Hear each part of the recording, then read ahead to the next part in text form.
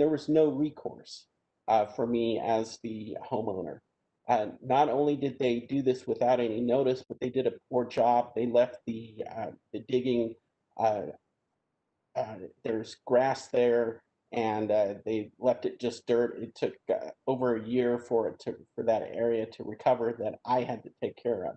So I very much support providing notice to property owners, especially those who have park strips in front of their house that they don't fully understand is a right of way for many of the utility companies. Thank you for your time, and I urge your support. Next, we have Paige Gardner, followed by FEMFA, followed by Emily Allworth. Paige, go ahead. You're unmuted. Hi, this is Paige Gardner. I'm a network real estate project manager for Verizon Wireless, and I believe Curtis Cox provided some detail and information just a few minutes ago, and so I'm here to support the process and answer any questions, and thank you for your time.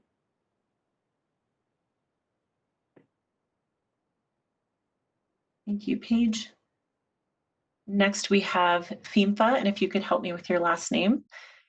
And then after that, Emily Allworth, then Cindy Cromer. FEMFA, go ahead, and I apologize if I mispronounced your name. Oh, you're totally fine. My name is Pimpa Kelpitoon, and I'm the construction engineer for Verizon Wireless. I just would like to say we are more than happy and willing to work with the city, and I apologize to the gentleman that had issues with other contractors out there, but definitely as Verizon, I can't speak for everybody else, but we can do what we can and notify as much as possible and make sure that we work with the public as well as council members in the city. Thank you. Okay, next we have Emily Allworth, followed by Cindy Cromer, followed by George Chapman.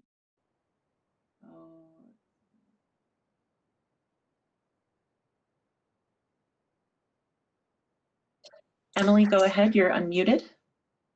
Hi, I would like to express my support for this amendment. I really appreciate the decorum of listening to the public's numerous inquiries about the lack of notice for property owners, and I also appreciate checking in with other departments like engineering to make sure that they're supporting these proposed changes. I think this is really easy change that would help inform constituents more, and I'm fully in support of it. Thank you.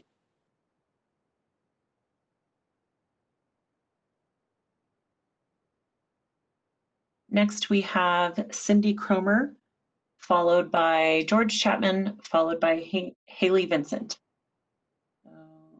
Cindy Cromer, go ahead, you're unmuted. Hi, everybody. The proposal deals with work in the public way, and I won't share with you the damages that contractors for Google Fiber and Dish have imposed upon 5 of my properties because the damages were on private property, and the companies cleverly made my tenants responsible for the damages in the fine print of the contract for service. I am concerned that the ordinance as proposed only deals with above ground installations.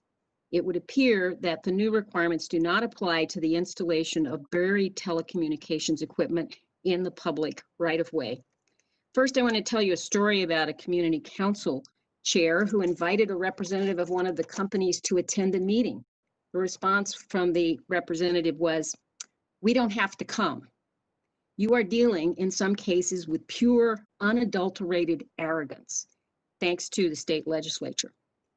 Now, with respect to the installation of above ground versus below ground equipment, this fall, the contractor for Google Fiber blocked my access to my property 40% of the time during the construction period without notice. The installation was below the pavement. When the contractor for Google Fiber blocked all travel on Canyon Road this fall in the east alignment, I marched, and that's a euphemism, to the group of workers on the east side of the road to inform them. They were unaware that their co-workers on the west side of Canyon Road had also blocked access at the same time. There was, of course, no notice to residents. So the construction phase in the public way is disruptive whether the installation is above or below ground. And I'm just hoping there's some clarification in the final version of the ordinance that if you're not including below ground, you'll do that next. Thanks very much. Thanks. Next, we have George Chapman, followed by Haley Vincent, followed by Dave Iltus. So let's see, George Chapman. Thanks for your patience with me. Okay, George Chapman, you can go ahead. You're unmuted. Okay. I agree with Cindy and a couple of others that there have been a couple of cases I know of that CenturyLink, for instance, and Google Fiber have actually destroyed sewer pipes. And it took months for them to fix them. And it took a lot of effort. And that's a problem. One of the issues, I generally approve of the amendment, but it says in there that the responsibility for you should be part of the contract. Responsibility for utility disruption and repair should be part of it. And I think there's something in there about the city engineer may require that existing utilities be noticed, but the city engineer should require existing utilities to be located and notified, and so they don't dig them up, because they are digging them up, and that's a really big issue. They should be repairing any disruption of utilities, and that should be part of the permit that the city engineer gives to these companies. And I agree with Cindy, they shouldn't be barring access, and that should again be part of the permit. And you know me, I also want to stop any idling that doesn't make sense, and that should be part of this permit also. So those are my comments. Thanks for listening. Mute off. Thank you. Next, we have Haley Vincent, followed by Dave Iltus, and that's the last commenter for this item. So,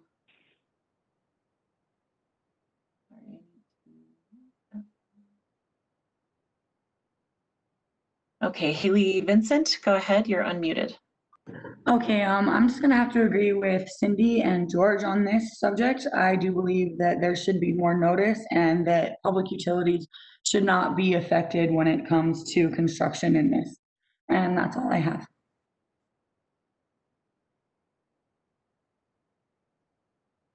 Next, we have Dave Iltus, and that's the last commenter for this item.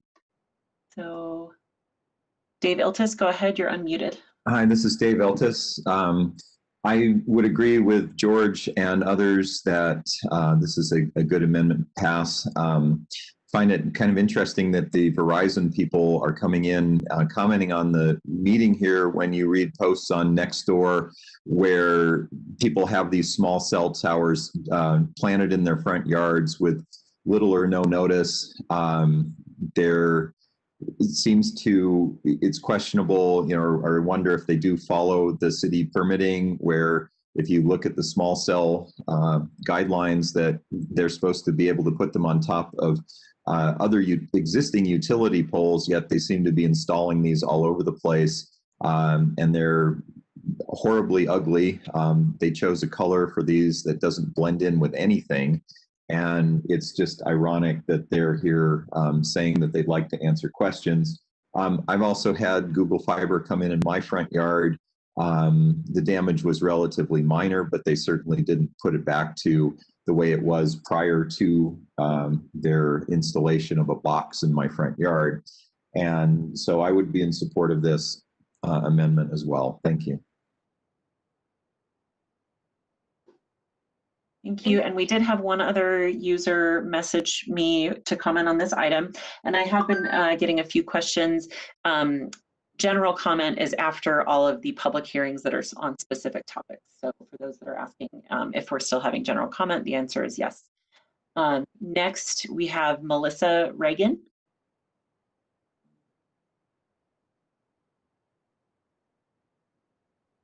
Sherman and Melissa, Howard.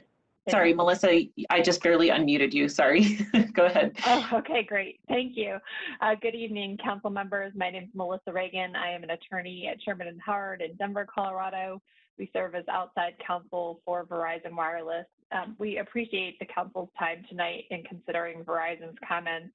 As Mr. Cox has already stated, we submitted a letter on Friday that summarized our comments on the proposed ordinance for the council's consideration. And we're here and happy to answer any questions, specific questions the council may have. I do want to reiterate one point that Mr. Cox raised in his comments, is that currently Verizon follows the informal notice process that is in place, and it works well, and we would request that that be the process that the city adopts, in particular that the notice come after the permit is issued but before the construction. So within the timeliness of people understanding the 48 to 72 hours of when the construction is going to commence. And we talked about that in more detail in the letter. Again, happy to answer questions. And one more point, I know the City Council had a work session January 12th, but if the City Council is open to it, would happy to participate in another work session with City Council to work on this process, in particular the form of the verification to how we are going to verify to the city that notice was provided and submit that to the city and work through those details. And we thank you again for your time this evening. Madam Chair, that's all of the commenters for this item. Thank you, Jennifer, and thank you for everyone who made a comment. I will look for a motion on this agenda item. Madam Chair, I move the council close the public hearing and defer action to a future council meeting. Second. I have a motion by Councilmember Rogers, a second by Councilmember Wharton. Any discussion on this? Then I will roll call. So Councilmember Rogers. Yes. Councilmember Valdemoros. Yes. Councilmember Johnston. Yes. Councilmember Wharton. Yes. Councilmember Dugan. Yes. And Councilmember Mono. Yes. And I'm a yes, that passes. We are now on to agenda item B5 regarding budget amendment number 6. Before we begin taking comments, I will first turn the time over to Ben Ludke, Council Staff Policy Analyst, to give a short introduction. This is the second public hearing for budget amendment number 6. The second briefing was held last Tuesday, January 12th. There's a total of 8 items, just over $2.5 million in total proposed expenditures. There's also one new full-time employee, a member of the proposed City Innovations team. It's important to note that funding shifts for the Housing Assistance Program, this is item I1 in the budget amendment, changed between the first and the second briefing. The council staff report, the administration's proposal, and several supporting documents are all available in the agenda packet. I was also asked to share some of the following context in regards to the police officer hiring class. The city has approximately 200,000 residents. We'll know more when the 2020 census figures are published about exactly how many we have today. In 2020, the overall crime reports increased approximately 2% compared to 2019. More specifically, violent crime reports increased slightly over 21%. Property crime reports increased over 24%. These are both over the same time period, comparing 2020 to 2019. The police department received over 16,000 more calls for service in 2020. According to the administration's December memo, which is attachment 3 to the staff report, if you'd like to take a look, there are currently 53 police officer vacancies in the police department. One class of new police officers, which is proposed in the budget amendment, could fill up to 30 vacancies. This assumes that all of the recruits finish the 10 months of training. Typically, at least a few recruits drop out. There is no additional funding that would be provided to the police department in this budget amendment. The new recruits would be paid for with attrition savings in the current fiscal year budget, since more officers left employment than were anticipated. That's all I have, Madam Chair. Thank you, Ben. With that, Jennifer, we can get started with public comment, please. Okay, first we have Mel Martinez, followed by Sophia Alechi, followed by Terrell Bodley. First we have Mel Martinez. Go ahead, Mel, you're unmuted. Hi.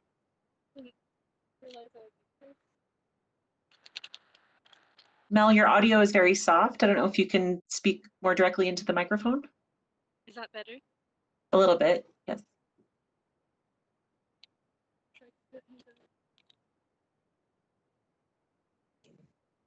Okay, well, I'll just try to talk loud.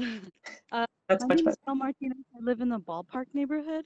And my comment is short. It's just that I don't support any more funding for policing or new police hires.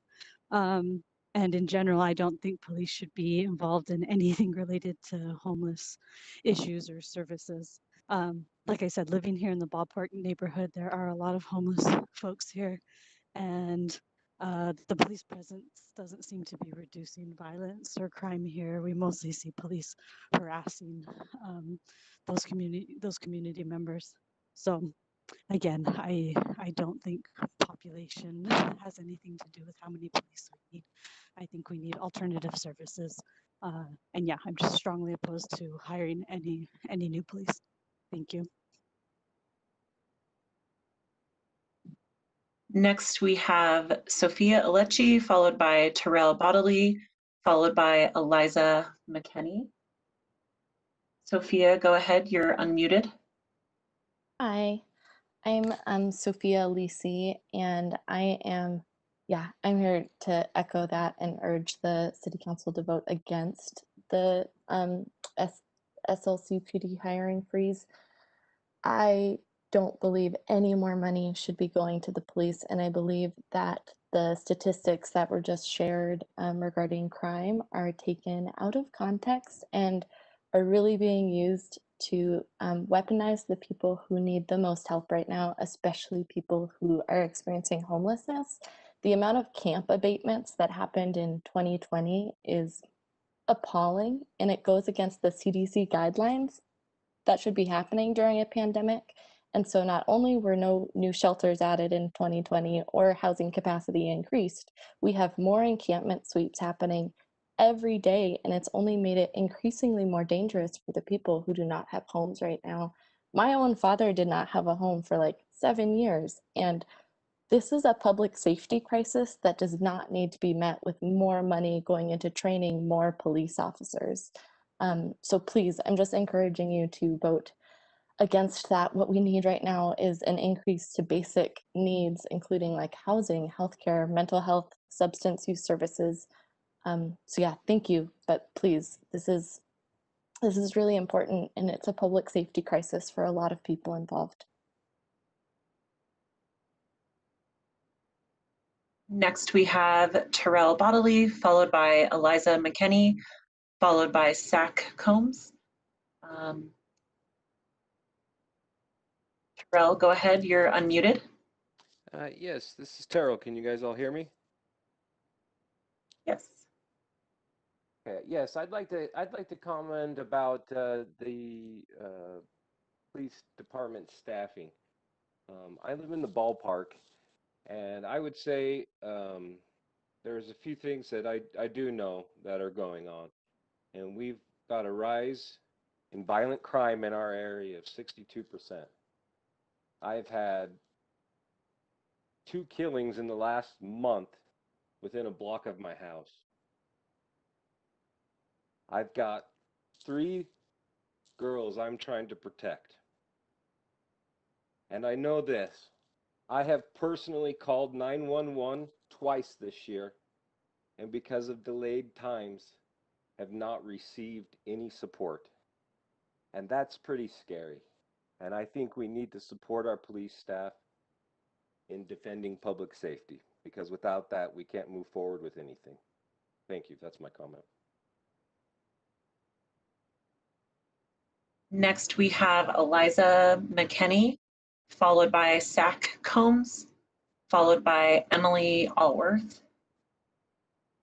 Eliza, go ahead. You're unmuted. Hi, my name is Eliza, and I am commenting to urge the City Council to not lift the hiring freeze for SLCPD. I'm fully aware that these are not new positions, but I'm also aware that the City Council has used the hiring freeze to pat yourselves on the back in the face of the public outcry to defund police. That over and over and over again in your public messaging, you said that you would hold the hiring freeze, that it was a huge part of your plan to meet these outcries for reform and defunding. And it's a huge slap in the face that less than 6 months later, you're planning on lifting this freeze. You knew that people were retiring. I'm sure that you were aware that police would start quitting their jobs in the face of this moment in the changing public opinion of policing, that many of these officers decided that this was not the lifestyle for them, that this was not the place they wanted to be. And I don't understand why you are now deciding that you should lift the freeze.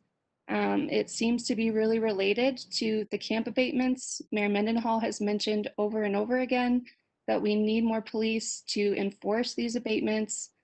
That seems like a huge waste of police's time and of public funding. It's also frustrating that you all said that you wouldn't make any staffing changes without input from the Racial Equity and Policing Commission, but none of those changes have been made yet. There hasn't been enough time for those changes to be made in training and hiring practices, in any of these things, and yet you're willing to start a new class this year. That's incredibly frustrating. I really hope that you reconsider this. I hope that you follow your word, that you keep your word that you made to the public, and that you enforce this freeze for the rest of the fiscal year. Thank you.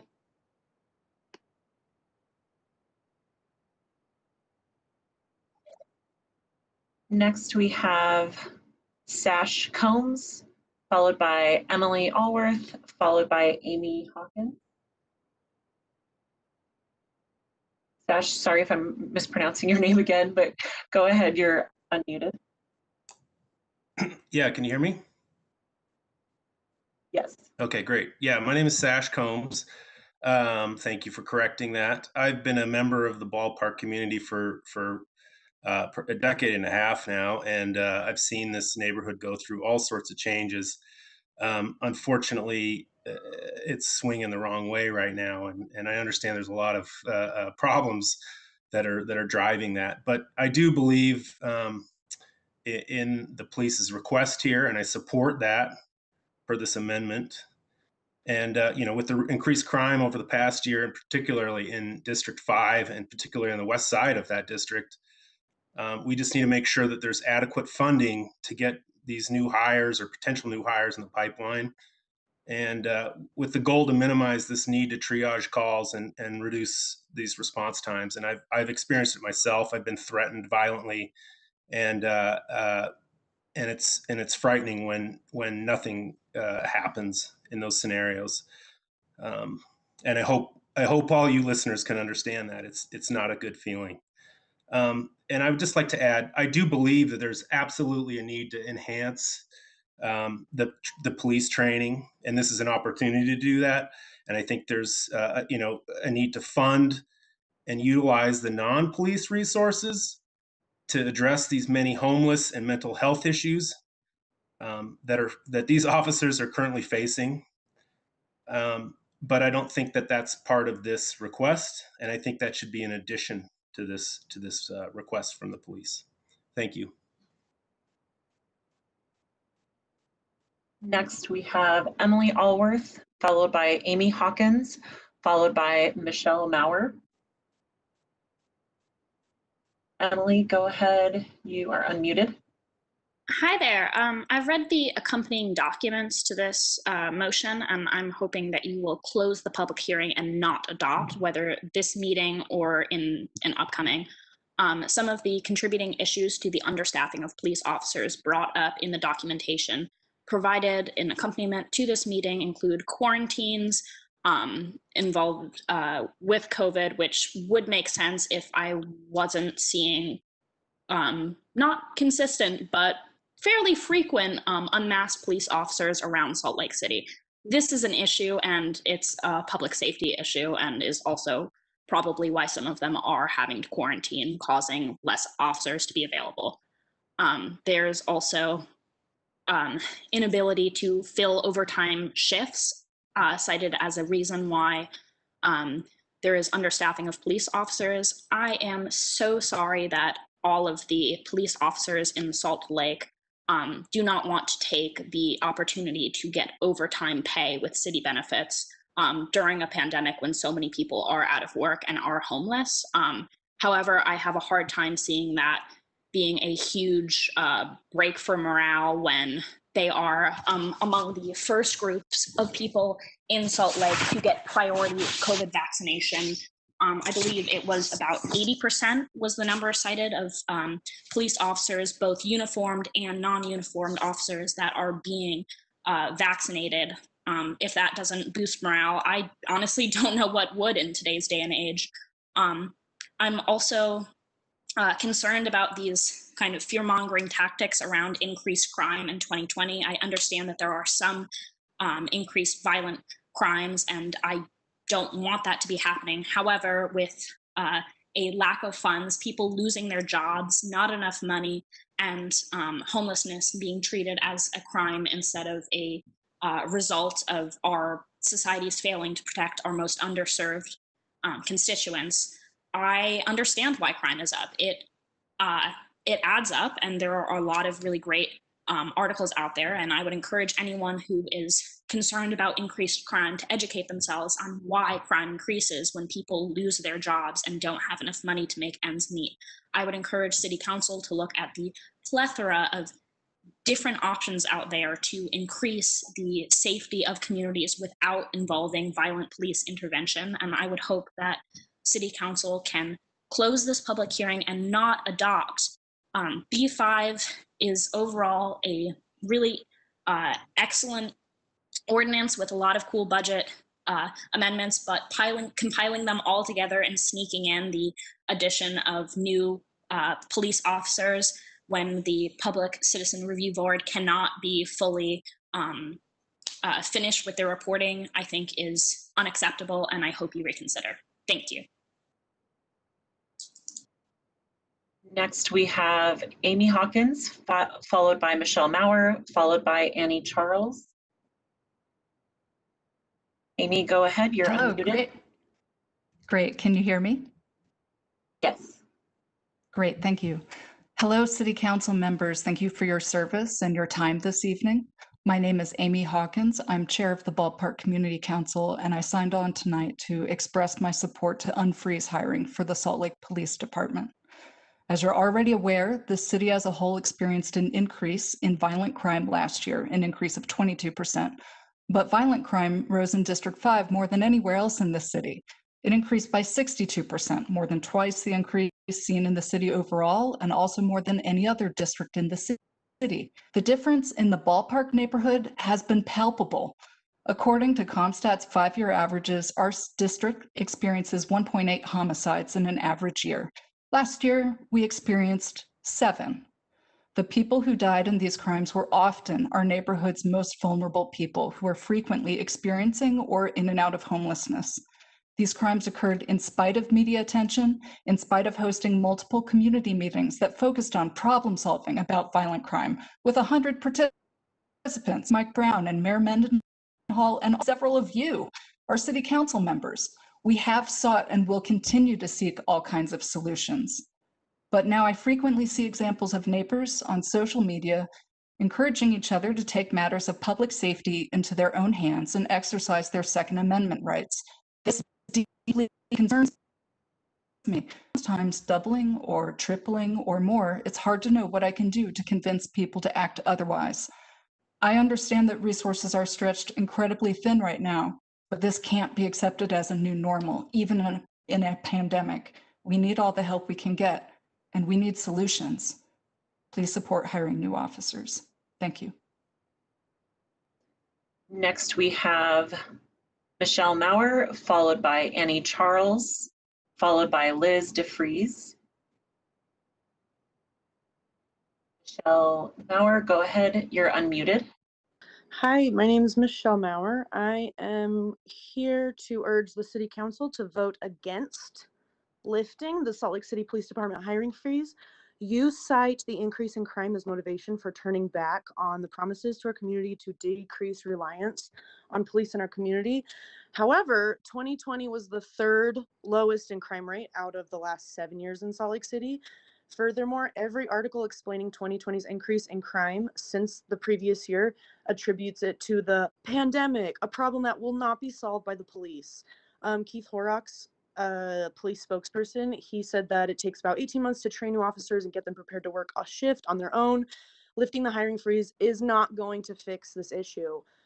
Chief Mike Brown has stated the police are the most expensive and probably the least effective at addressing our community's struggle with mental health, substance abuse, or homelessness. So why do we keep putting them up to the job with no power to fix these issues, only to put our community in danger of continued police violence?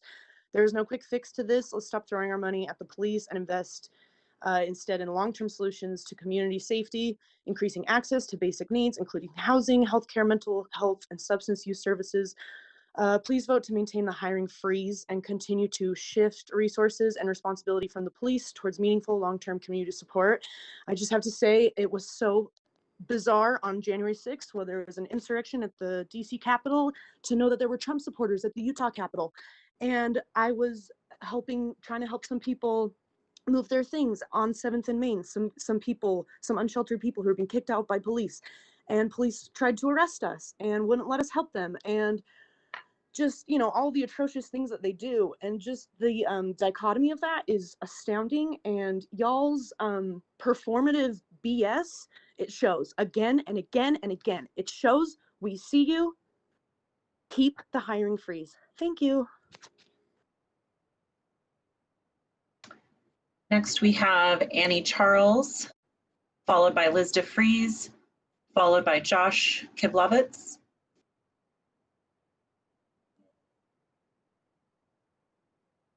Annie, go ahead. You're unmuted. Hi, thanks. I wanted to reiterate what a lot of others are saying of maintaining the hiring freeze. You guys have just barely committed to doing that, and to already walk back on it is super discouraging and doesn't really show a strong commitment to what you're saying you want to do. I would really encourage you guys to hire more people for the Community Connection Center.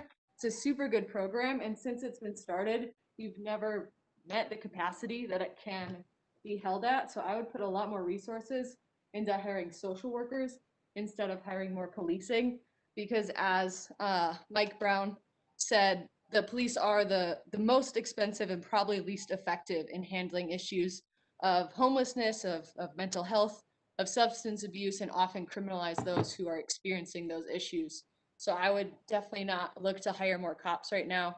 It's a super bad message, considering you were just saying you wanted to freeze hiring 6 months ago. Thanks. Next, we have Liz DeFries, followed by Josh Kivlovitz, followed by Just Nelson.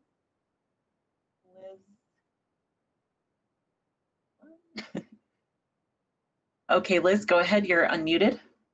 Thank you. I would like to comment on the City Council's consideration of removing the hiring freeze of new police officers in Salt Lake City. We're tired of endlessly demanding that the government stop relying on and funding the police to address community safety, because we know that this only creates more harm. Instead, we are demanding you start funding resources that are actually wanted and needed.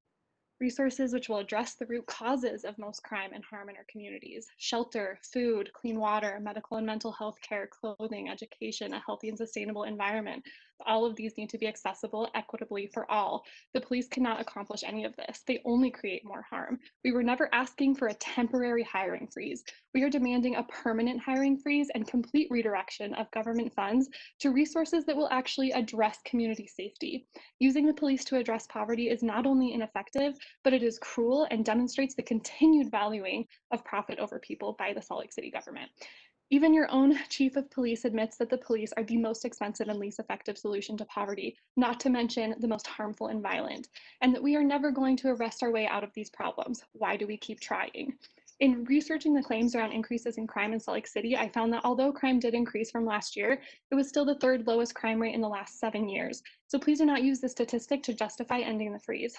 And regardless of seeing a small increase in crime, how can you so negligently assume that this is because a dozen officers resigned rather than recognizing that most crime is a direct result of inequitable access to needed resources? Would it really be surprising for Salt Lake City to see an increase in crime after the government's failed response to the COVID-19 pandemic, which has left thousands of Utahns facing eviction, food insecurity, debilitating medical debt, and unemployment?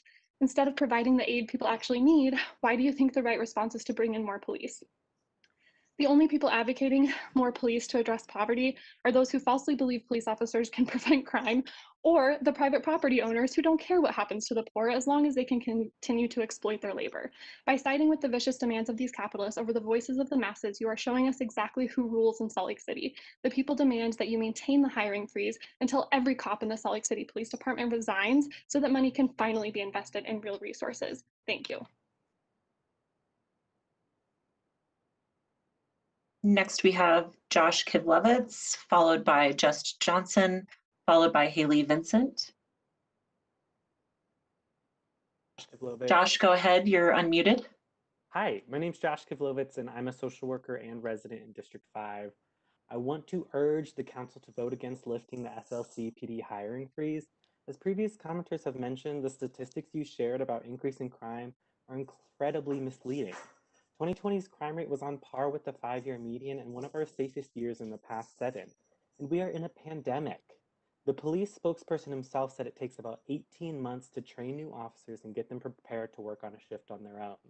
Lifting the hiring freeze will not fix this issue, and whatever you think it will do will not happen quickly regardless. I get the concerns about violence in our communities, but Chief Mike Brown himself said that the police are the most expensive and probably the least effective at addressing our community's struggle with mental health, substance use, and homelessness. If there's no quick fix to this, why is the council walking backwards on this promise to go back to a norm that we know doesn't work? Why isn't the council following the lead of seemingly braver and more compassionate cities who are using the protest from last summer as a jumping off point for other solutions that could actually make a difference? Like a crisis response team consisting of a social worker and a paramedic and not a police officer, or investing more money in housing first programs and affordable housing options, or increasing access to healthcare, food, clean restrooms, harm reduction supplies, shelter. We need to stop throwing our money at the police and expecting them to fix this, and instead invest in long-term solutions that actually work. To do anything other than this is just pouring salt into the wounds of our community from police violence that led to the hiring freeze in the first place. Please stop letting us down and do better. Be braver, because other cities are, and it's disappointing to see the Salt Lake City Council continue to double down on violent and archaic so-called solutions. Thank you so much, and I really truly hope y'all will hear this and listen to your community.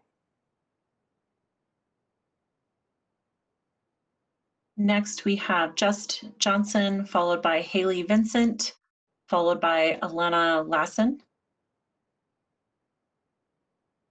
Just go ahead, you're unmuted. Hi, I'm Just Johnson. I live downtown. Not to reiterate too much what other people already said, but again, police are not effective in solving these problems. Instead, to those that had delayed responses, I think as a professional consultant that solves business problems, you will look at what were the calls made, why were police not stationed there earlier, what other things they were doing, like probably working on homeless abatement camps and moving people when that could be handled by many other services with a much better outcome, instead of being positioned in places where they can respond faster, where they're more available to respond to things faster. you just look at how we handle fires and other things like that too. So the way we handle the policing that it already exists hasn't been used effectively. So adding more is not the right solution. You're wasting money. The right way is to then evaluate how they've been handled so far and to find better ways to be more efficient and getting to the places that we need them at. So again, I echo everything that was said about it not being a good use of money. We don't need more funding for the police. I asked the council to not motion this to another vote. I asked them to dismiss it outright. Thank you.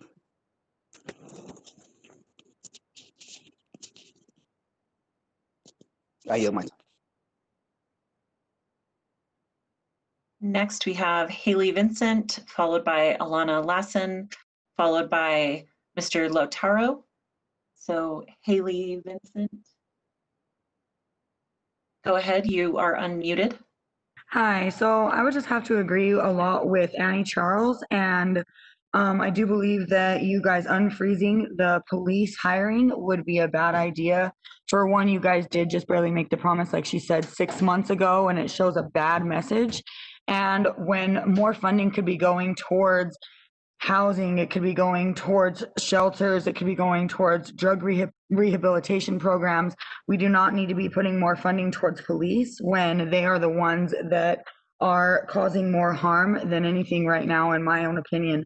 When it comes to them being quarantined due to COVID, I do agree with what someone else said about them not wearing their masks. If they could be wearing them and putting that into force more, we wouldn't need to be revisiting this issue of unfreezing the hiring.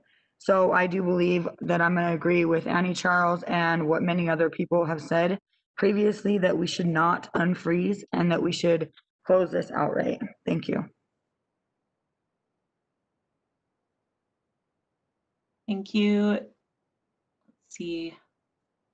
Next, we have Alana Lassen, followed by Mr. Lotaro, followed by Dan Thomas.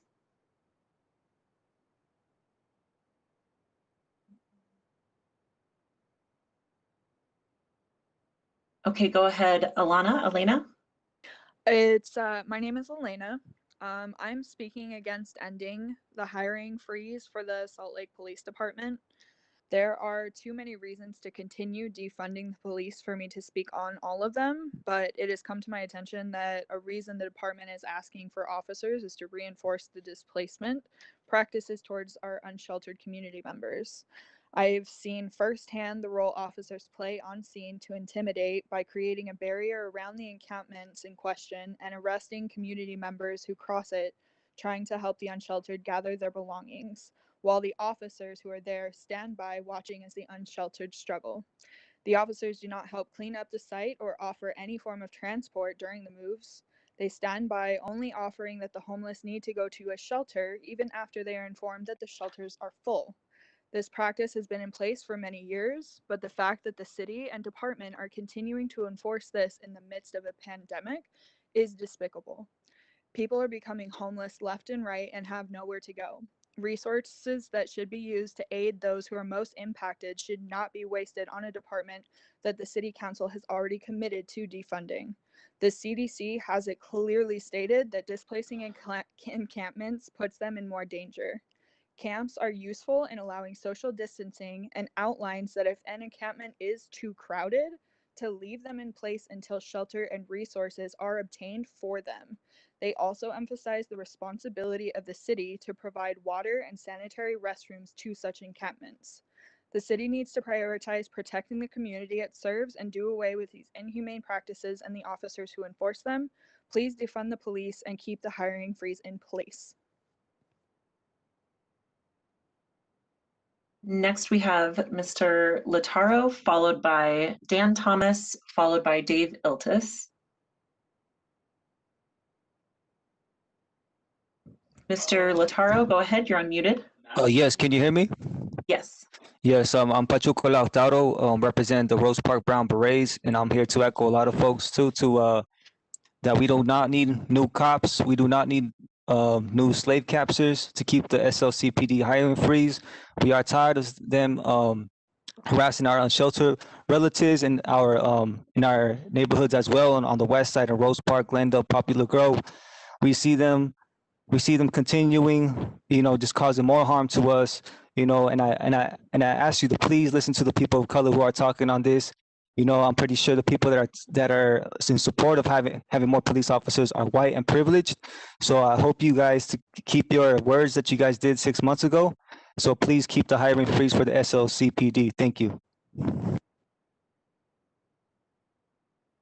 Next, we have Dan Thomas, followed by Dave Iltus, followed by Anthony Beckstead. Yes. Sorry, Dan, if you could restart your comment. I just unmuted you. Oh, hi. Can you hear me now? Yes, thank you. Oh, hi. I'm Dan Thomas. I live in a high crime neighborhood, as described by Amy Hawken. We have constant violent crime over here, shootings, stabbings, multiple murders at a high rate. And my neighbors and myself rely on police response for our own safety.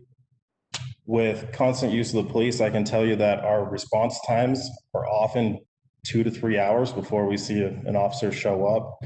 And there's one specific story I'd like to share that I experienced. I was home, this was 2 a.m., middle of the night, woke up to somebody breaking into my home. They breached the first door, my security door, and were working on my second door when I woke up startled and called police for help. Dispatch told me that there were no officers available and that there was nothing they could do at that time. I informed dispatch that I was sitting in my home scared with my shotgun and I did not want to use it. Please send whoever they have, because if this person comes through the door with a weapon, I'm going to be forced to protect myself. As Amy said, none of us want this scenario, but without police, there's going to be people like me that have no other option but to protect their families with a gun. So with that, please hire more police officers. Thank you.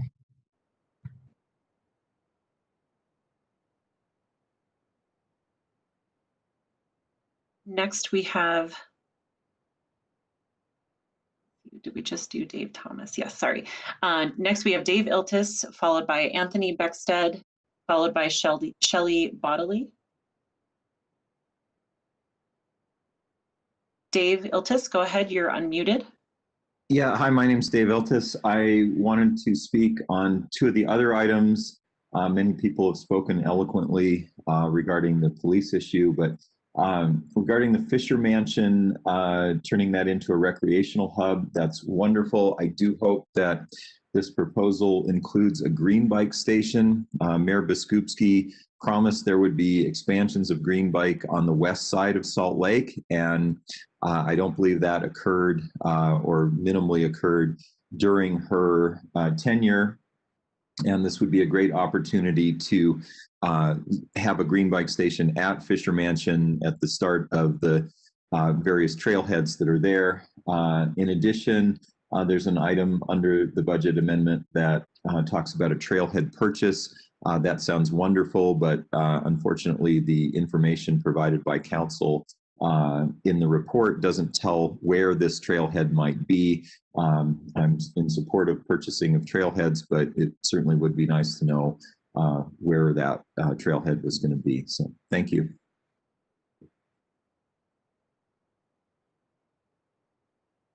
Next, we have Anthony Beckstead, followed by Shelley Bodley, followed by George Chapman.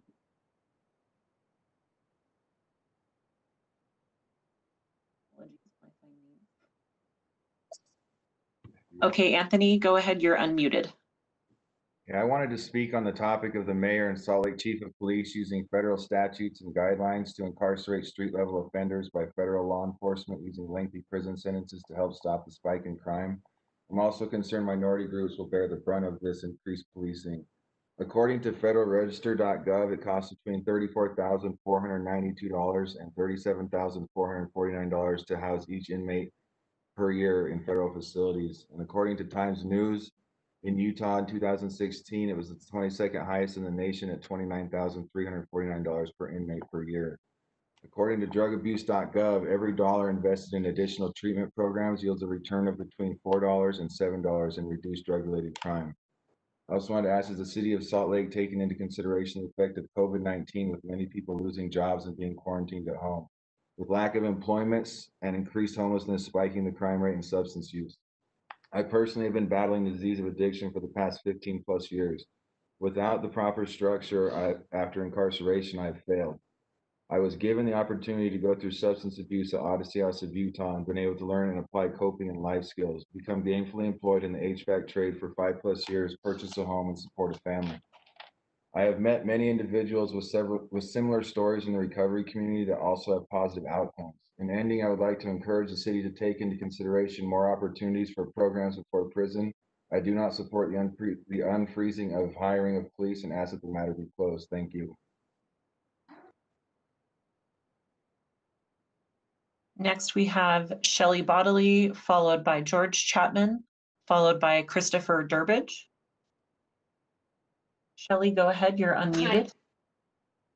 Hi, my name is Shelley Bodley, and I'm a resident of the Ballpark District 5, and I am very much in support of hiring new officers once they come out of training. I think the first thing I want to say is that we have had a lot of officers leave the profession, and more than anything, I think we need to get those officers that have left back onto the force. For those of you that have said that, hey, crime isn't up very much compared to other years, I can tell you that I've lived in the ballpark for 15 years. And while we have had our share of small issues in the past, it has never been this bad in my neighborhood. I'm trying to raise 3 daughters, and the ballpark is my neighborhood, and I am scared. I feel like a prisoner in my home.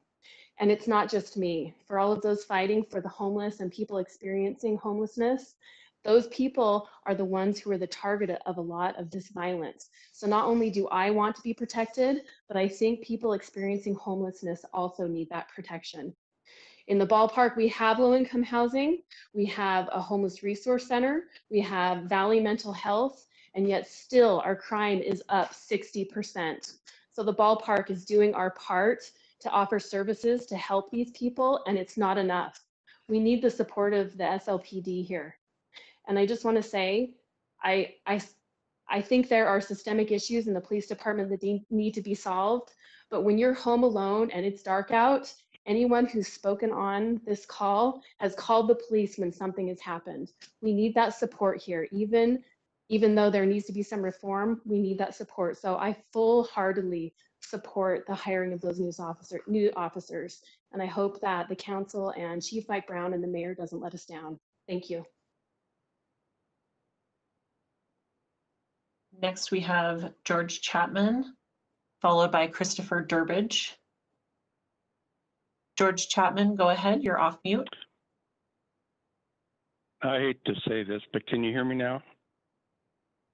Yes. Okay, first of all, I'm against spending $5 million of valuable park impact fees on the Carriage House project because it's essentially art. That money should be spent on parks and trails because they don't have enough money. On the water park, I hope Glendale can have a brand new Olympic-sized swimming pool to replace the water park as soon as possible. And on the police, fasten your seatbelts. They need funding now.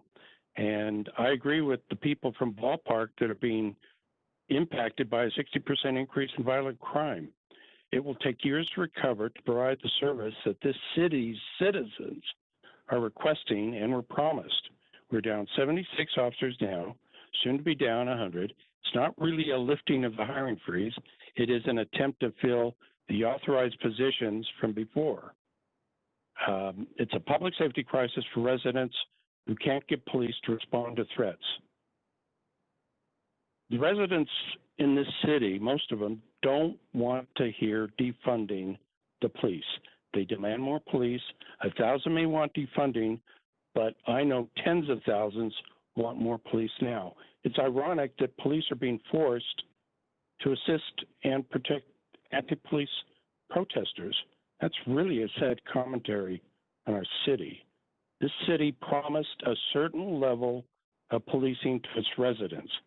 I urge this city to keep its promise to provide that appropriate police staffing. And if anybody's interested in mental health, there's a big hearing tomorrow afternoon at the legislature. SB 70 is being heard, and it expands mental health crisis teams from 4 teams to 14 with county funding being forced.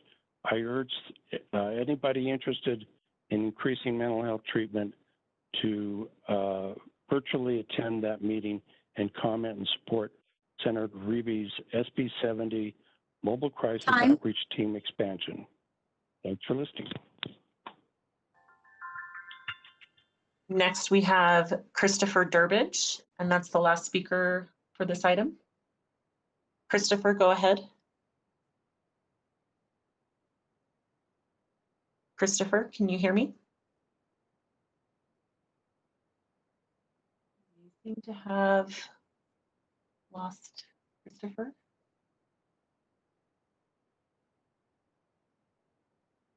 And I'm also receiving a message from another speaker that wishes to speak on this item. So I will call on, let's see, sorry, first I'm gonna mute. I will call on Brian Lord to speak on this item. Brian, go ahead, you're unmuted.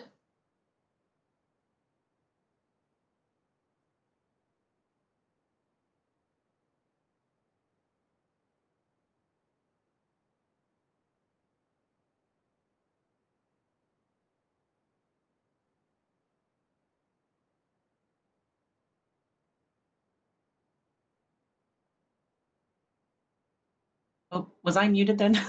Sorry, I was having audio. Oh, it looks like Brian Lord is having audio issues. Brian, can you hear me now? Nope. We'll try Christopher one more time. Christopher Durbidge, can you hear me?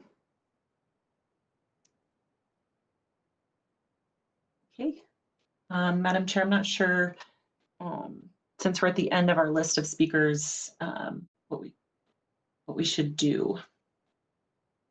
Go ahead, sorry. I almost called you Your Honor.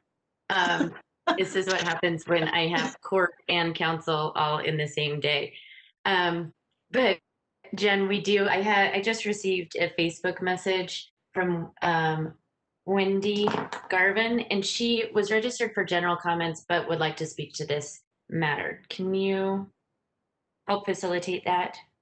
Is she currently signed into the meeting? Let's see, Wendy, you said? Wendy Garvin, yes, I see her. Yeah. Yeah, and we did have some people with confusion about which portion of the meeting to register for. So just to clarify, if there's anything about items in Budget Amendment number 6, this would be the time you would speak. If there's items that are not in Budget Amendment number 6, you can speak in general comment. So I will unmute Wendy Garvin. Wendy, Thanks, go Wendy. ahead. And I really yep. appreciate you guys. So I did want to speak in, I would like to continue I would like to continue the hiring freeze, however that, whichever direction that goes. My experience, so I do go out on the streets in Ballpark almost every night after dark, in reference back to some of the other callers who have spoken on this. I have built relationships with the unsheltered population out there, and I don't feel threatened with them. And that's my recommendation, actually, is that is the best way to deal with this, is to get to know your neighbors. It is really unfortunate that they are living on the streets, but they're still your neighbors. And that is 100% the best way to deal with this issue, rather than hiding behind locked doors and calling for armed people who don't come for hours. Just getting to know the people who live around you and maybe helping them out, because the reason they're stealing is because they have nothing right now. Our outreach efforts have been targeted in that area because the Ballpark area has some of the population that has the least resources right now. And just yesterday, one of our sister teams that is just amazing went out and painted over graffiti at the request of the camp that was living in that area, because they wanted to clean up the area that they were living in. They're great people. And I heard one of the speakers refer back to, they were concerned about the safety of the unsheltered population in the area. And I promise you, our police are not out there looking out for the safety of the unsheltered population. Unfortunately, of all of their priorities in this world, that's just not their highest priority. That's not where they're targeted. And for the most part, if we reach out to them for help and safety of the unsheltered population, they don't even really consider them people. Okay, thanks. So we also received a few messages from a few other people wanting to speak on this item. But first we'll go back to Brian Lord, who I think has fixed, or thinks he's fixed his audio issues. So Brian, can you hear me? Yeah, can you all hear me? Yes. Thanks. Oh, awesome. Hey, thanks. My name is Brian Lord, resident of District 4, just down the street from the ballpark area. It sounds like a lot of white folks are being a little uncomfortable with our homeless neighbors being in our neighborhood. I expect from the mayor and the mayor's office these offensive statements about people helping homeless people and how that's not helpful, but we're not getting help. They're not getting help from the city. And quite honestly, from the city council, we're getting absolutely nothing. I have no idea what my city council member thinks about any of this stuff. Like, I understand y'all are coworkers, you have to work together, but as a citizen of the city, it's very frustrating to not understand what y'all think. Would love to hear your comments about cops and hiring freezes and camp abatements, and the mayor's comments coming the day after, well, let's see, National Human Rights Day, and then tweeting about National Human Rights Day right after camp abatement, which is a human rights violation. Again, would love to hear from any and all of you and your opinions, your thoughts, your feelings. Please do not hire any more police officers. That's fighting against what we are trying to solve here. Thank you. Next we have Ashley Engler, followed by Ksenia, and I'll need your help pronouncing your name. I apologize in advance. And then after her, we'll have Ethan Marion. Ashley Engler. So sorry about Ashley, sorry, if you could start. Oh. Go ahead, you're unmuted now, sorry. Okay, is that better? Okay.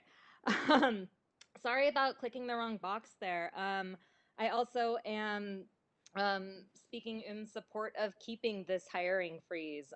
Please do not lift this freeze. And so many folks have made so many great points. I just want to share with you all that, like many other members of the community, I was present on January 6th. I saw no less than 20 police officers blocking off an entire block's radius. I watched no less than 10 officers stand clustered together and laughing at community members doing their best to assist the unsheltered neighbors with moving their things.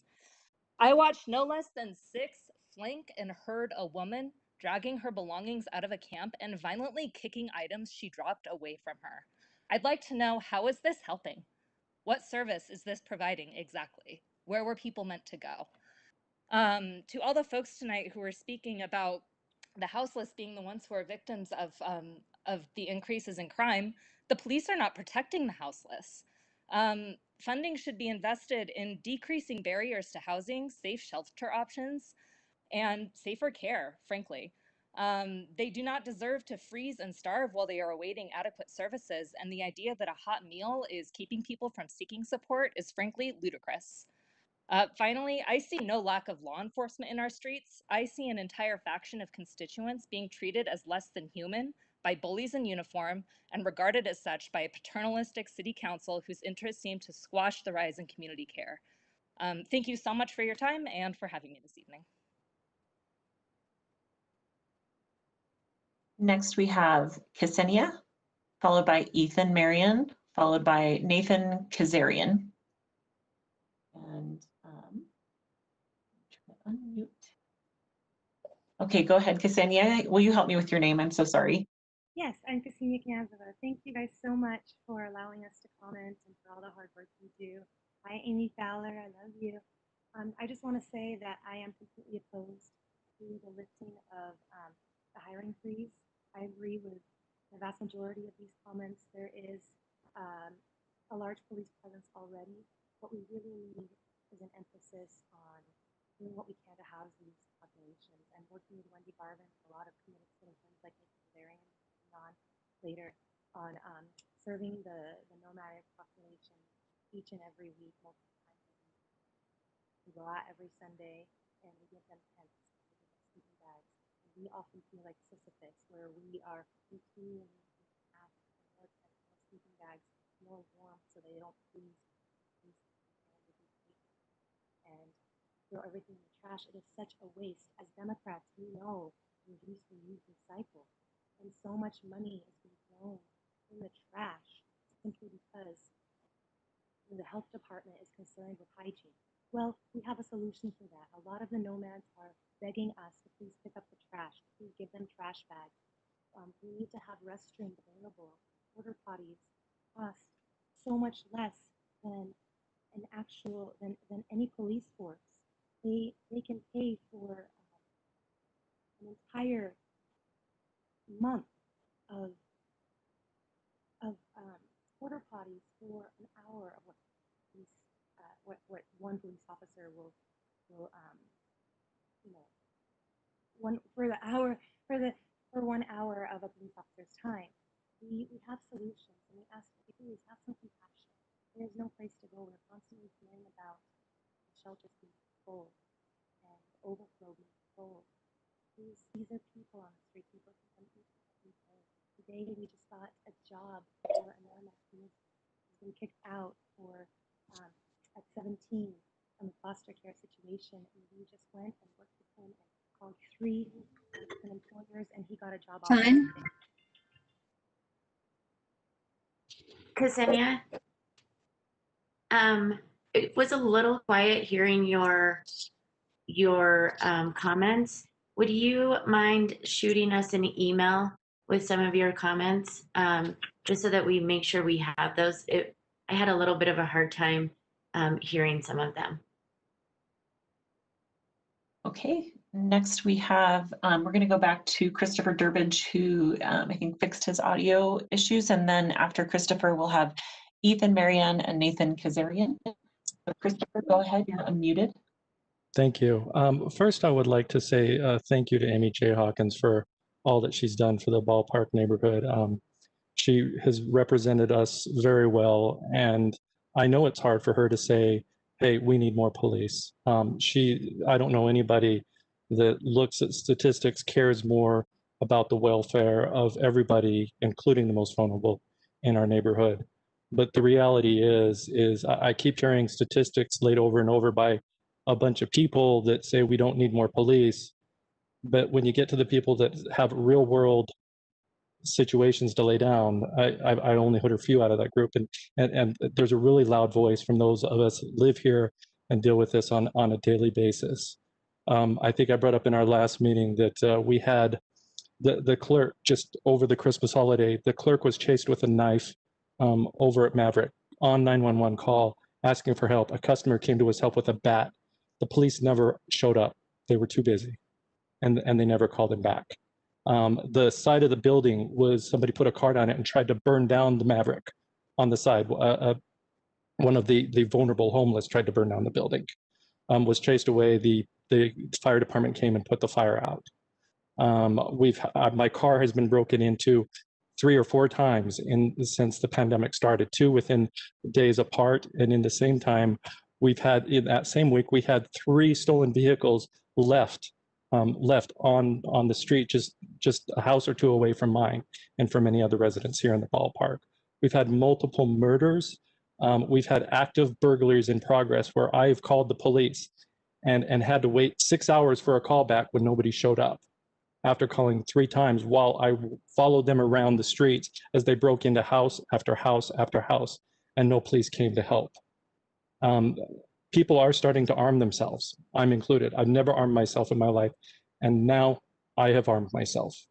I've armed my home. I'm afraid somebody's going to break through my front door and attack my family. I have 2 children and a wife to protect, and it's getting scary, but thank you for your.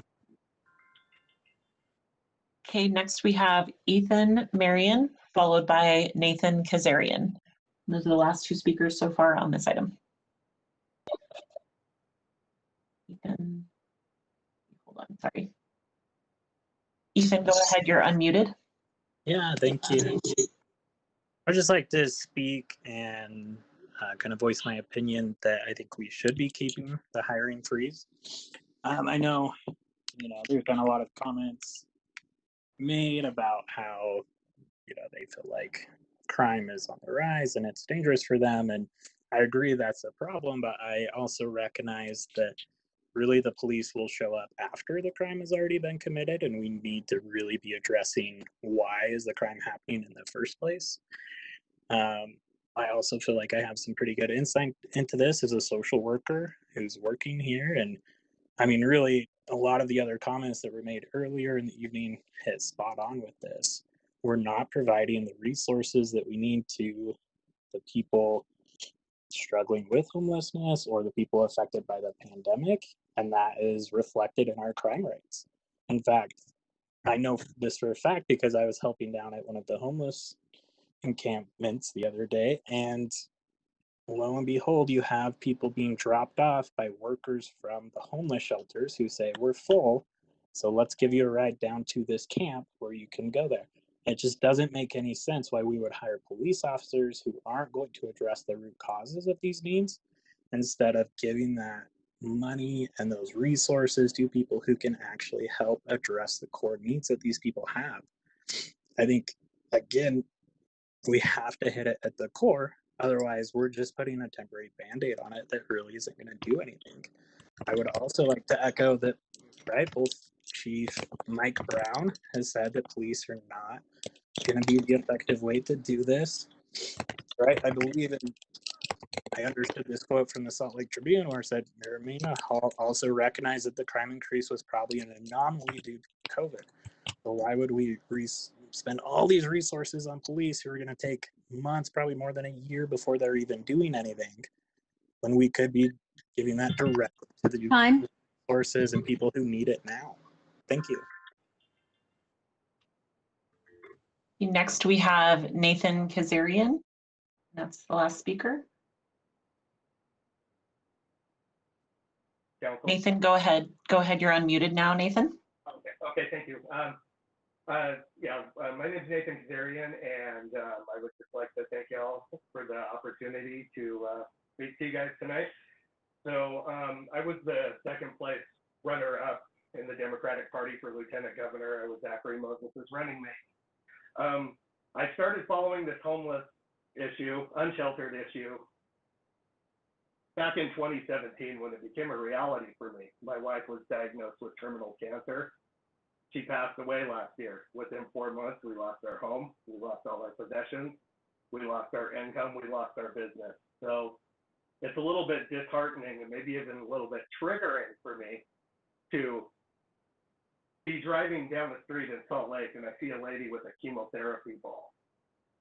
And her condition put her on the street.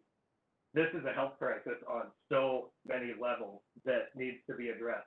I've been going out, I've witnessed abatement.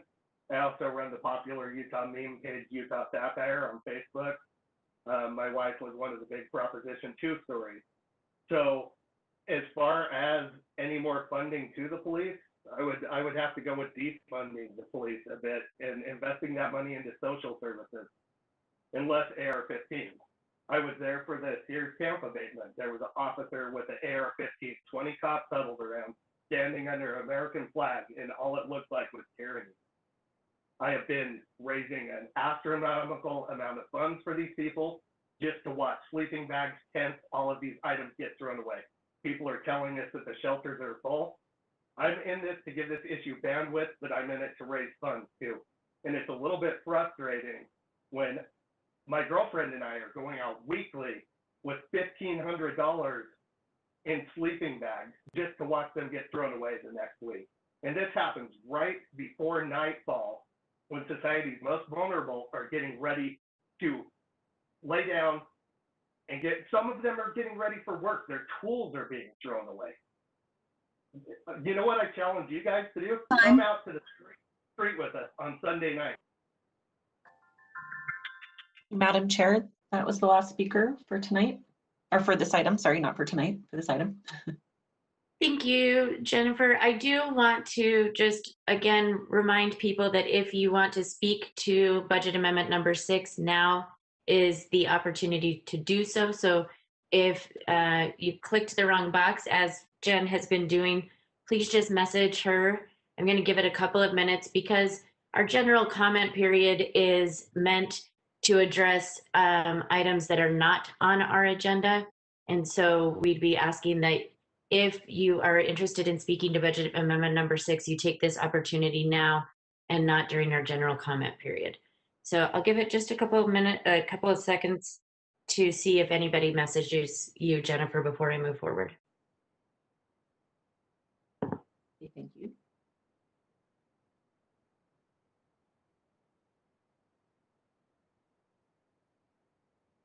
And people can also message Robert Nutzman, another person who can help.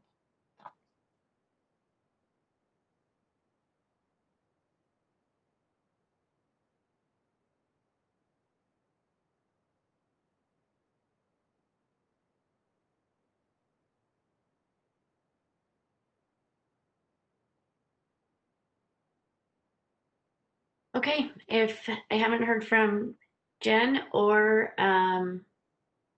Robert, so we will move forward and I will look for a motion. I want to thank everybody for joining us and for making their comments, and I will look for a motion. Madam Chair? Yes. I just would like to take just a brief moment of personal privilege and then make a motion. Okay. I agree very much with a lot of the callers who are calling and saying that the current system that we have for policing is not acceptable. And I think that they pointed to a lot of problems with the current system that I totally agree with. I agree it's not acceptable. But it's also, as cities, we're required to, Salt Lake City is required to provide a police force, and it's not acceptable either that we have residents that are making calls for serious crimes that they're experiencing, and they're not getting any response at all. So while I know that lifting the hiring freeze isn't going to solve crime, I also know that over the last 6 months, we've done so much as a council to invest in more housing. Services are not provided by the city, but they are provided by the council or the county and the state, and we have done everything that we can to provide better services in our city than any other city. We've done more to host resource centers in our city than any other city. This isn't a situation where it's all one and all the other. We have to address the concerns that are happening on both sides and address the symptoms of a system that we all acknowledge is not the perfect system and not the system we had going forward. However, we did have a full year or more of Funding Our Future, where we did extensive outreach in the community, where residents said that they wanted a certain level of service when it comes to response times to police calls. And I think that we have to honor, I know that the world was very different in 2019, but it wasn't so different that we ignored the mandate and the calls of those voters as well. And so because I've heard so much of that from my constituents, I believe, not just in this meeting tonight, but in correspondence that I've had and in meeting with my constituents, both East Side and West Side residents, I think that we do need to go forward. We're not asking to increase the budget of the police department. We're asking to give the same level of service that we were offering back in June, and to be able to maintain and to do that until we can get more input from the Commission on Racial Equity and Policing. So with that, Madam Chair, I would move that we agree to lift the hiring freeze for this budget amendment. Not saying that we permanently lift the hiring freeze on the department, but the motion before us is to fill the 40+% vacancy that we have in the department right now. And I would move that we do that for this request. Second.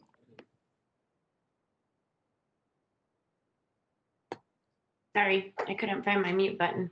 I have a motion by Councilmember Wharton and a second by Councilmember Rogers. Is there any discussion to this? Madam Chair. Thanks. Yeah, I didn't prepare anything, so this is going to be winging it a little bit, but I just wanted to acknowledge a couple of statements that I heard that I resonated with. First, also sort of bring up a thing that I brought up in the work session, which is I have heard a lot of the concerns with public safety from my constituents, and I'm also alarmed by some of the increases in response times and some of the increases in violent experiencing. So I believe that we do need to lift the freeze now, but I am also very concerned with the fact that this new police hiring class does not match the demographics of our city. And I know that we discussed it. I didn't do the math fast enough, but it sounds like there's 3 of the 30 officers that are from underrepresented communities, which doesn't match our demographics. And so I'm disappointed in that. And I think we need to do better at hiring new police class officers that better match our community. We're already in the hole, and we need to dig ourselves out of that hole so that the people that are protecting our communities look like and feel safe to the entire city. I also want to acknowledge Eliza McKinney's comment about the fact that we didn't have input from the REP Commission on this lifting of the freeze. I wish we would have done that. That's a mistake I feel like I should have made to ask for that. But in the end, I think that the correct decision for the city is to move forward with lifting the freeze for this class.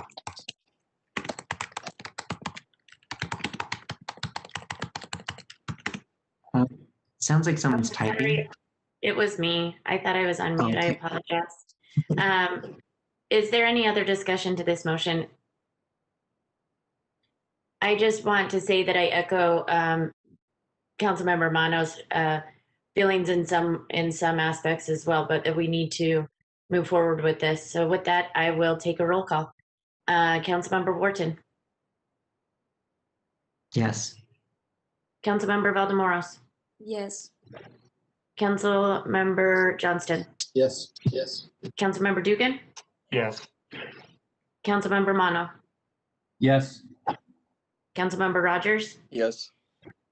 I'm a yes, and that passes. We are moving Councilmember, to Chairmember Fowler. Yes.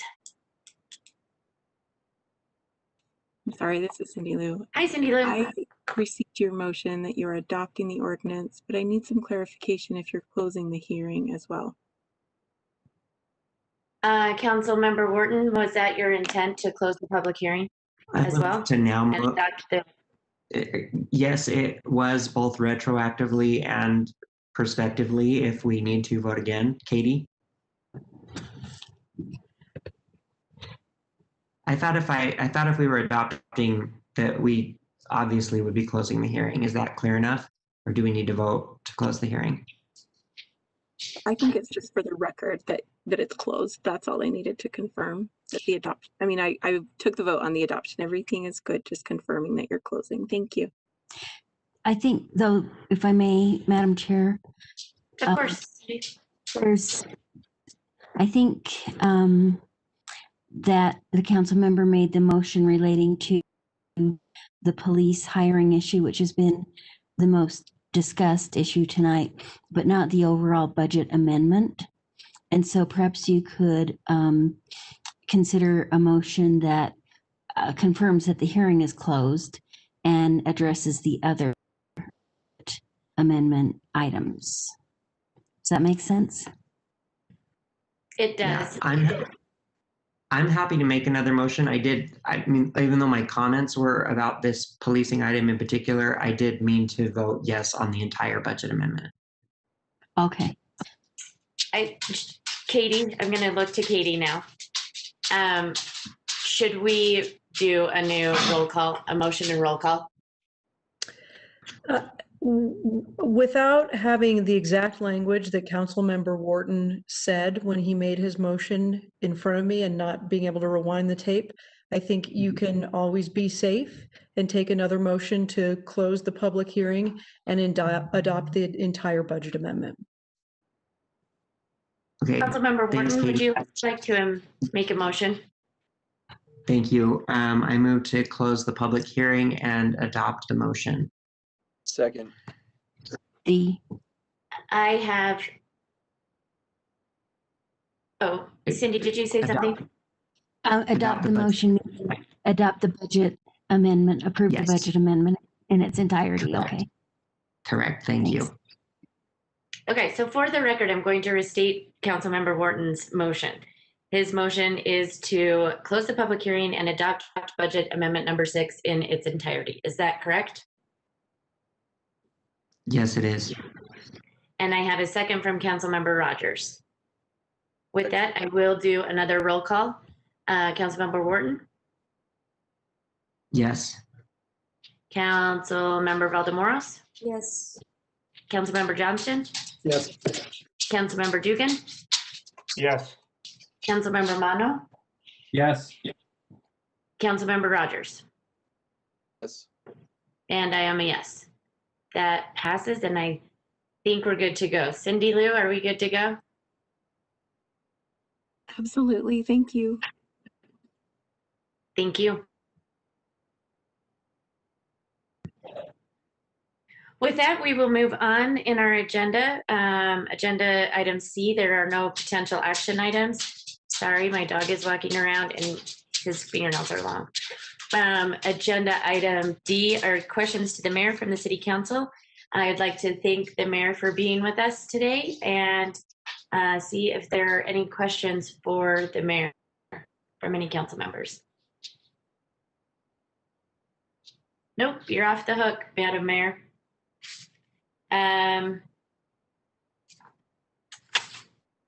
We are now at the comments to the city council. This is our general comment period. As I mentioned before, the items that were in our public hearing meetings, meaning the grants, the budget amendment, those we have had the public hearing on. This is the time for anything that was not addressed in a public hearing earlier. So these are comments, just general comments, again, that were not scheduled for a hearing tonight. I just very quickly want to go through the rules of decorum again. I do appreciate that everybody was, albeit a passionate topic, was respectful, and that creates an open space for everyone to feel welcome here within our city council meetings. As you are aware, we're still doing this virtually, and we can accept comments through WebEx, or if phone call, we have staff that is monitoring a separate telephone line. Again, the rules here are no different than when we were meeting in person. We are always attempting to create spaces where people can feel safe to provide their comments. We value the differences in opinions, and we want to make sure that people feel respected and that their voice can be heard. This means that all of our rules of decorum extend from the moment you arrive into our virtual meeting. I don't know that I want to read all of what I read earlier, so I'm just going to paraphrase, and hopefully everybody can understand what the rules are. We ask that you be respectful, no yelling, making racial slurs, obscene, or defamatory remarks.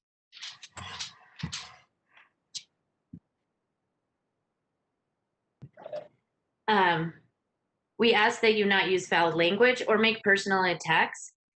This makes the public comment forum uncivil and intimidating for others. The council has decided to more strictly enforce the use of profanity. So consider this your advanced warning. If you feel that you cannot make your comment without using profanity, please feel free to contact us in other forums, which could include email or making a comment by calling 801-535-7654. This information, our email address and address are in the chat box as well. If you do use profanity, you will be muted and you will forfeit your opportunity to address the council tonight. We ask as well that you give us your name for just like we do in in-person meetings, we ask for a first and last name. The first and last name given cannot include a message or violate our rules of decorum. If your registered name does not meet this requirement, then our staff can chat with you to gather that information and change that. If you're unable to give us a first and last name that meets our requirement, then our staff is also happy to direct you to another forum because your message is important to us. Again, Robert Nutzman from our staff is helping to moderate the meeting. He will be messaging with attendees to coordinate. Please monitor the chat screen for his information and/or feel free to message with any questions. Jennifer Bruno is calling the names of those who wish to comment and unmuting lines. When it's your turn to speak, the meeting host will unmute your line, state your name. If you will please state your name and the 2-minute timer will begin. At the 2-minute mark, the host will announce time and your microphone will be muted. Jennifer will be calling out 3 names at a time so people can prepare for when they are up next. With that, I will turn the time over to Jennifer to get started with our general comments. Thank you, Madam Chair. We have Eliza McKenney, followed by Elena Lassen, followed by Anthony Beckstead. So first we'll go to Eliza McKinney. Go ahead, Eliza, you're unmuted. Hi, my name is Eliza McKinney, and I wanted to make a general comment about the homeless camp abatements and request the city to stop participating in these abatements. I've made previous comments in the past, but I'm really hoping that the mayor specifically will make a public comment as to why you're refusing to follow CDC guidelines and why you're continuing to support Salt Lake County Health Department in refusing to follow CDC guidelines. I hope for any comment from the rest of the council about why you have increased this funding for this program when it goes against these guidelines, when every health official on the federal level has said that doing camp abatements during the pandemic is harmful, it's not helpful, it's not good for people's health. We should be investing in public restrooms, in providing water, in providing quick and easy shelter when they can't access more permanent shelter.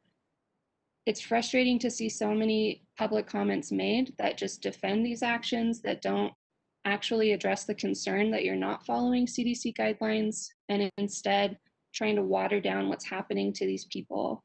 I was really disgusted and horrified by the comment that Mayor Mendenhall made in the Tribune, saying that feeding people was limiting their access to getting permanent housing and shelter. I was glad to see that my former boss at VOA, Kathy Bray, said that that was not factually correct at all, but I don't understand where that comment came from. I feel like it's essentially saying that people either need to go to a shelter or starve to death. And I hope that all of you can take a more compassionate approach to realize that residents are trying to help these people. We're feeding them from our own pockets. We are giving them these supplies. We want people to survive the winter. These abatements aren't helping. It's taking time away from these other serious calls.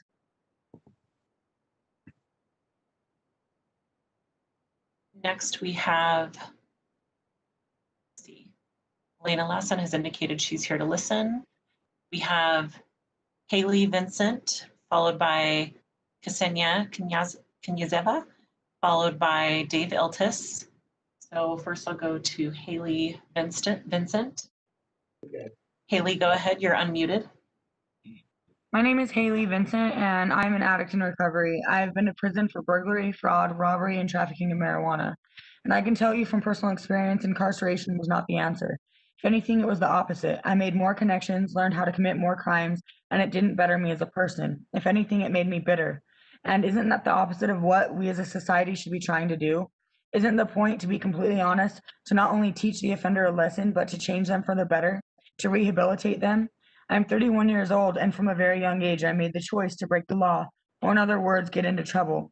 But when you think about it, and I mean really think about it, the word choice can differ when drugs are brought into play. I know that this may be difficult for people who have never used drugs to understand, but the best way I can put it is when you're on drugs, which in themselves are mind-altering substances, you lose yourself. You become a slave to the drug physically, mentally, spiritually, and emotionally.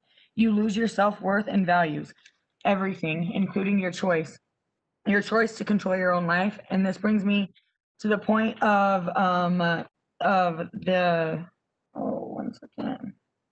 This brings me to the point of the talk about putting drug dealers into life sentences, when really I think that what we should be looking at more is on connections, not corrections, or a middle ground like incarceration and then treatment. Because coming from personal experience, when I was first released from prison without treatment, I went back to using because I felt like I had been to prison and I couldn't get a job or home, etc. But when I was released from prison into treatment, where I not only learned how to be a productive member of society, but also connected me to resources like housing, job fairs, voc rehab, going straight from prison, where I was able to come off drugs and learn a lesson, in other words, receive a punishment, then being released to treatment to be able to get the help that I needed. I think that that's where more funding should be going towards, which is treatments, not incarceration. Thank you.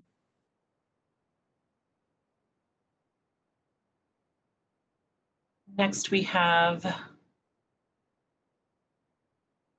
Ksenia, followed by Dave Iltus, followed by Brian Lord. So I will go to Ksenia. Go ahead, you're unmuted.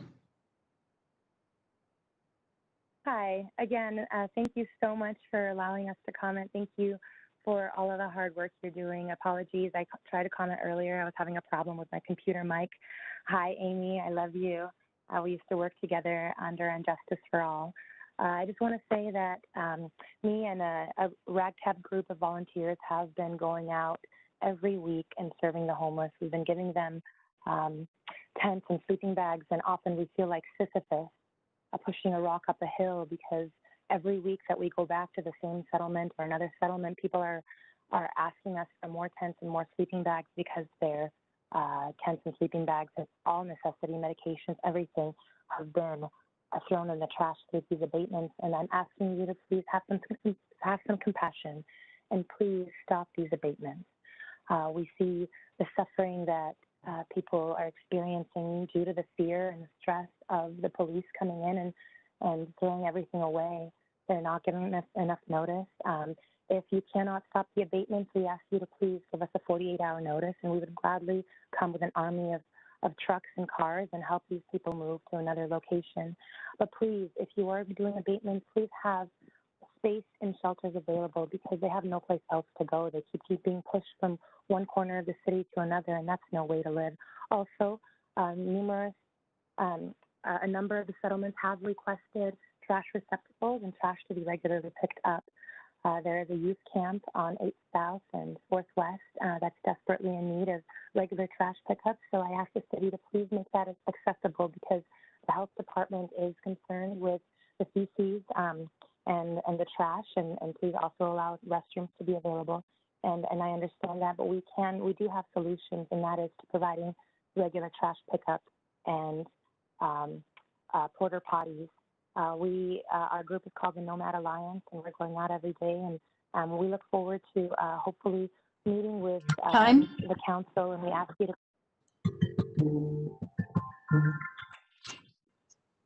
Next, we have Dave Iltus, followed by Brian Lord, followed by Wendy Garvin. So I will go to Dave Iltus. Go ahead, you're unmuted. Hi, this is Dave Iltus. I'm wanted to comment on several things. One, the last commenter raised some great points about garbage cans and porta potties at the various homeless encampments. I walked by recently one on 7 South, and there were 3 cans there. They were all full. Clearly, the people that are there really want to keep their area clean, but the cans were completely full. And I noticed in one article in the Westview Media that the city spent hundreds of thousands of dollars in cleanup, and it seems like having more garbage cans and more porta potties would save money in the long run and make everyone's life, especially those who are experiencing homelessness, much better. I don't see how in the world this would be harmful to anybody who's homeless to have basic sanitation where they're living. On other topics, this is a plea again to the council. Please fix your emails that never have the agenda in them, and your system is really not very good. I've emailed, commented for a couple years on this, and it still remains awful. Another comment on your electrification, that you put out a motion on this in the fall. It doesn't include electric bicycles, cargo bikes, and scooters, which it really needs to. And then lastly, 2200 West and Sugar House both illustrate a need for better oversight with private contractors who are rebuilding roads and not following Salt Lake City's Complete Streets Ordinance. This is a failure in how the permitting process is happening during that. There's no oversight. And so we see in various places. Cindy, was that time? Sorry. Thought I heard all time. I apologize if I called. No, sorry. He had about 18 seconds left. Oh, I'm sorry. I'm sorry. So Dave Iltus, sorry about that. I responded to a different alarm, I guess. So you have about 18 seconds left on your comment.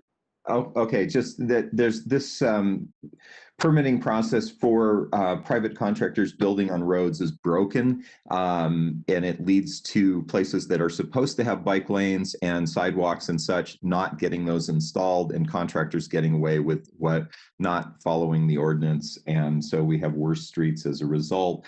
Lastly, State Street should have bike lanes in the Life on State project. It's a shame that it doesn't. Thank you.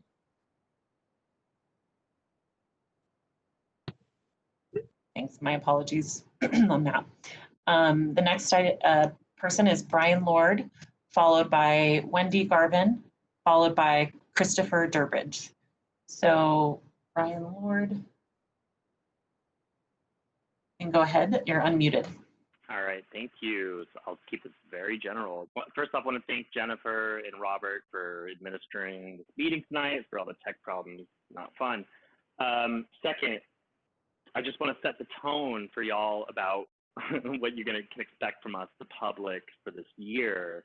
I live right across the street from the Fleet Block, where this homeless encampment is also the mural walls, and you guys are going to tear it all down. We get that, but I'm very concerned about what it's going to look like once it has been torn down. One example, giving Wasatch Community Gardens that big old loan for what you all call accessible housing at 70% of the average median income in Salt Lake City. I would argue that it's not accessible. So what will the Fleet Block area look like if you think that is accessible? What we need is extremely affordable housing. I'm talking 10, 15% AMI. I would like to thank Nick Tarbett, the policy analyst over that area, for being very helpful in helping me understand what's going on over there, because you all don't make it all that easy to do, when I would argue maybe your job is to like communicate what you are doing to your constituents. So please build the city from the ground up and not the top down, which it seems like the mayor is very used to doing. Building the city to look more like her, to look more like me, white people. That's not what I want to see. We move into town and we just destroy everything. That's about all I have. Like, love the civility, love all of it, but what is not civil is the way that you are treating people on the streets and poor people. What are you doing to help poor people? Please explain yourself and show your work. Thank you.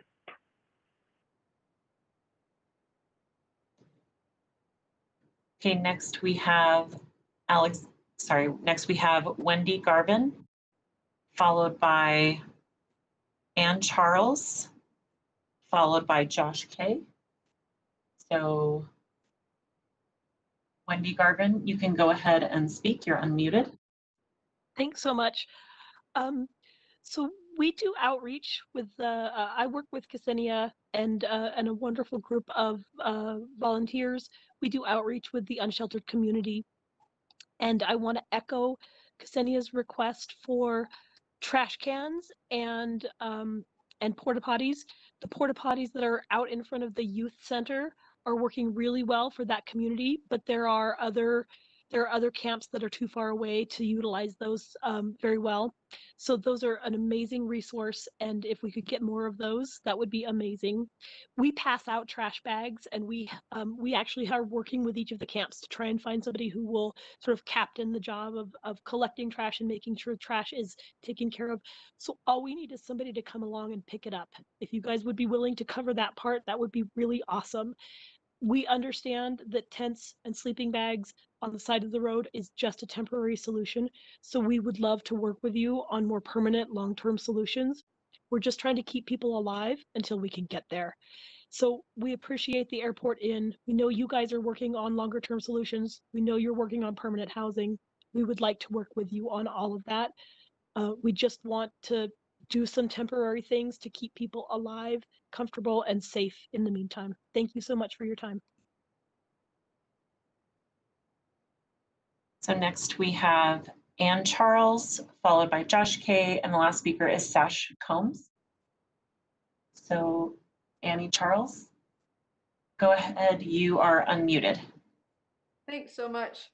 Hi, I wanted to speak on a couple of topics, but one that I was very concerned about was 2 weeks ago, Mayor Mendenhall and the Chief of Police, Mike Brown, started a new initiative to increase federal agents in Salt Lake City and to increase federal sentencing. I think that's really concerning, especially given the current climate and how much people are vocalizing just fears around police and their ability to help people versus hurt people. So I don't think increasing federal sentencing makes sense right now. I think increasing, just services to people, whether it's mental health resources, whether it's housing, whether it's substance abuse treatment, anything like that. And specifically a concern is that the federal agents will have a K-9 unit, which we have suspended because of the rampant abuses that we have, and that they also won't necessarily have body cams, which is also a huge concern. We need those things in place to protect our citizens. And then another thing that I wanted to comment on is the SRO contract is up for the city in February, and I would really encourage you guys to not continue it with the current vendor. Hearing what you guys were saying in last work session, there was concerns about not being able to aggregate data when it comes to male versus female or white versus Black and Hispanic, and I think that's a huge issue. If we don't know who is being affected by the SROs, we just shouldn't have them in our schools. Like police in schools just doesn't make sense. We need to put more counselors in there and again, more social workers to get kids the resources that they need. If there's kids who are acting out, it's usually because there's issues at home or issues with a lack of resources, and that's what we need to be meeting. Thank you. Okay, next we have Josh Kay and then Sash Combs. Josh Kay, feel free to go ahead, you're unmuted. Hi, my name is Josh Givlovitz, again from District 5. There's a couple things that I wanted to touch on in the general comment period that is echoing on a couple of previous speakers.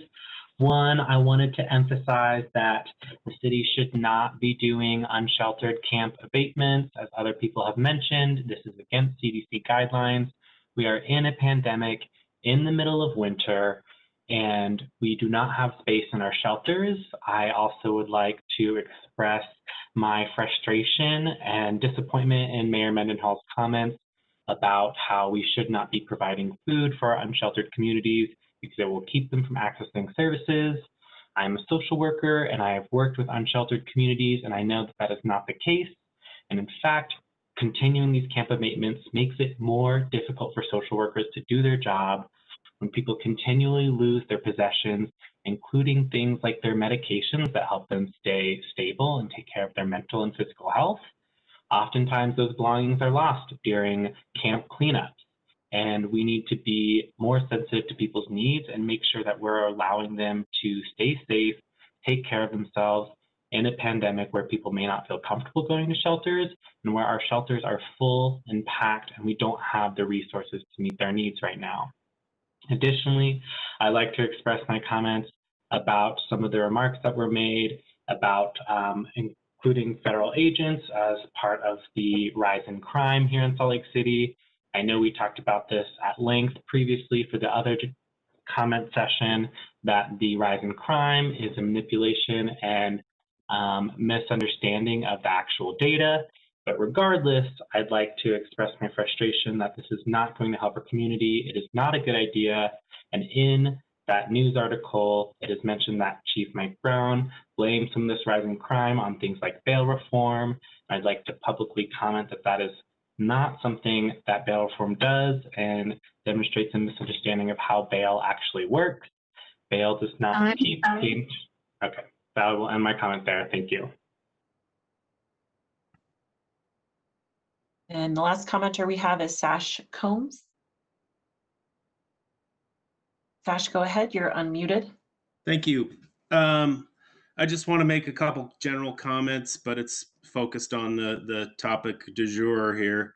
I come from a family of addiction and homelessness, and I've denied my family at my doorstep. So I get it. All right.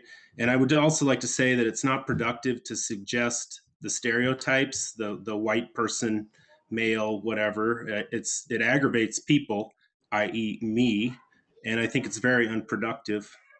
Homelessness is much bigger than the neighborhood. It's bigger than the city. It's a county. It's a state problem, but the burden is often falling on Salt Lake City, and it's falling into discrete neighborhoods. And please understand frustration from those neighborhoods that are experiencing it. When an encampment is there for months on end and you are friendly to them, but then it becomes so big that you can't walk your family or your dog or your kids through it. Imagine that. And it's not easy. Okay. And so I understand. And I ask the community council to please help us address this problem. Thank you for this venue. It's been great. I don't participate enough. And thank you for attempting to be progressive in this super conservative state. And I know others will disagree with me on that. And, maybe most people can agree with this. Tomorrow is a beginning of a new chapter in America. Thanks. Madam Chair, we don't have any other speakers for tonight. Okay, thank you, Jennifer, and thank you to everyone who made a comment and for joining us today. We are moving on in our agenda to item E, new business. We have a resolution, the bond authorizing the establishment of short-term borrowing program for the benefit of the Department of Airports. I would be looking for a motion here.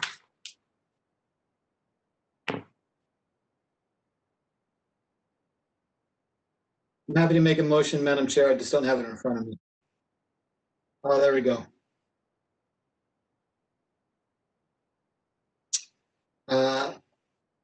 Madam Chair, I move that the council adopt a resolution authorizing the issuance and/or incurrence from time to time of one or more series of subordinate airport revenue short-term revolving obligations in an aggregate principal amount not to exceed $300 million outstanding at any one time, in the form of a revolving line of credit for the purpose, among others, of financing and refinancing certain capital improvements to the Salt Lake City International Airport, authorizing the execution and delivery of a master subordinate trust indenture, a revolving credit agreed, a fee agreement, a promissory notes, and all other related documentation providing for the publication of a notice of public hearing and bonds to be issued, providing for the running of a contest period, authorizing the taking of all other actions necessary for the consummation of the transactions of this resolution and related matters.